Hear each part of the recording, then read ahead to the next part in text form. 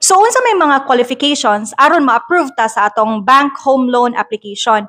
Namang gyud mga developers or mga properties karon nga dili siya pwede pag-ibig, bank ra gyud siya.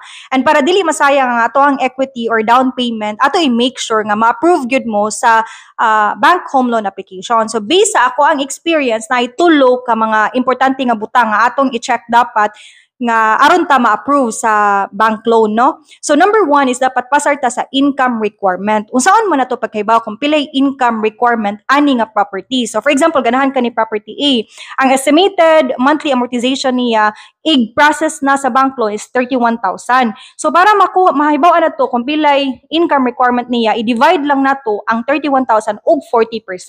Nganong 40% atong gigamit? Depende ni siya sa bank, guys. Naay bank nga taas ilahang income requirement, nasay bank nga ubos og kanang income requirement. So pwede na to siya i-divide og 35%, 40% or 50%. So karon ato lang gamiton ang 40%. Pwede sad 50%. But 31,000 i-divide na to siya og 40%, that is equals to 77,500. Meaning mauna siya ang income requirement sa bank aron ta ma-approve sa loan. Kung i-try na to ang 50%, that is 62,000. Yeah, 62,000. So mao lang na siya ang income requirement. Depende sa ni siya ha kay ug na mo yung mga existing bank loans kanang lahi na po ng income requirement ana kay add man to siya.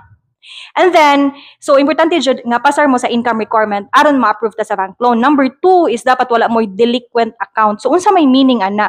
Dapat wala mo'y mga credit or mga utang nga wala ninyo bayari or kanang mga past due ba. Dapat wala mo'y car repo, wala mo'y house repo kay makaapekto gina siya sa inyong bank home loan application. So question, pwede pa ba gyapon mo na pa may possibility nga ma-approve mo even if naamoy mga past due or mga canceled credit cards? Possible gihapon kay based akong experience na ako'y client sa una nga naa siya credit card 15 years ago, wala niya bayari niya, murag case of fraud po to siya.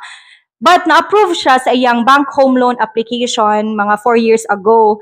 Ang among gibuhat adto para siya ma-approve even if na siya canceled or kanaganing delinquent account sa bank is naghimo mig promissory note, iyang gibayaran, and then based man pod sa iyang income iyang income good, naalam good siya sa gawas ng trabaho, so dako na gyud kay siya income. I don't know kung part na siya nganong part sa reason nganong gi-approve siya sa bank, but na-approve gyud siya. So, nagyapoy possibility, even if naamoy mga delinquent account, kung inyo lang isettle, inyo lang, mag-base po na siya sa inyong income, current income, no? So, ang ato na lang buhaton gyud ana aron dili maapektuhan ang atong future home loans or future bank loans,